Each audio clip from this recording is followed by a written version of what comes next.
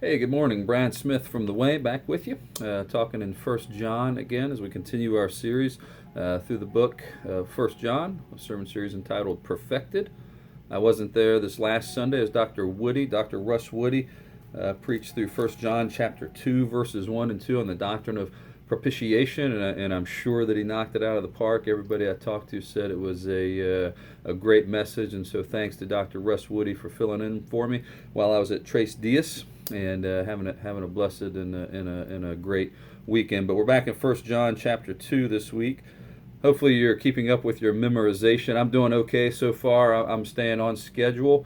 If you are going to keep up, I did the math for you. There are 93 verses remaining in the book, and there are 71 days remaining till we conclude this series. So that's just a little bit over a verse a day.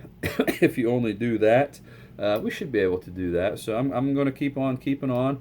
I've been able to keep up so far, but we're going to have to take some bigger chunks here in the coming weeks if we're going to get all the way through the book by the end of October, which is what we're trying to do. So we're in chapter 2 this week. I'm going to read you the verses 3 through 6.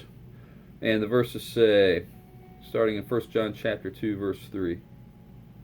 And by this we know that we have come to know him, if we keep his commandments.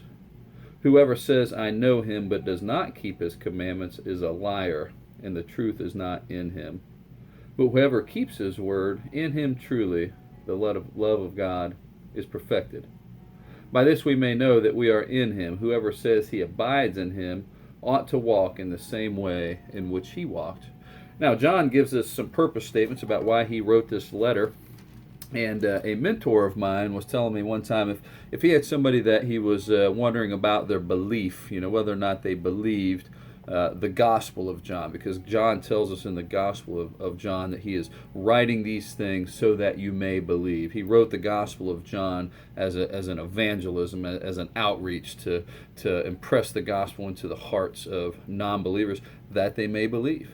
John tells us in 1 John why he's writing this letter, and in chapter 5, verse 13, he says, I write these things to you who believe in the name of the Son of God, that you may know that you have eternal life.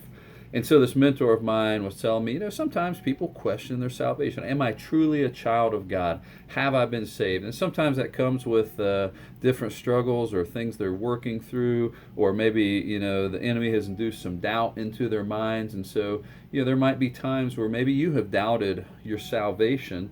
And so this friend of mine, this mentor, says that he sends people to the book of First John, and because John is writing the things in this letter so that you may know that you are a son of God. God does not desire you to live in a condition of doubt.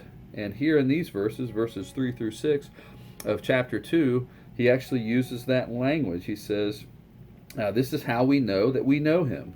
This is how we know that we know. Real simple.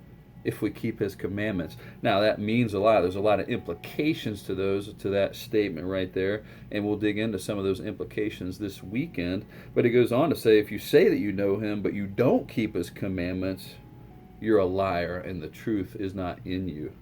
That's a pretty strong statement from John right there. Jesus makes similar statements. He says, if you love me, you will obey me. And we're going to talk all about what that means this coming Sunday at the Way as we continue our series through the book of First John, Perfected. Come see us at the Way and have a great week. God bless.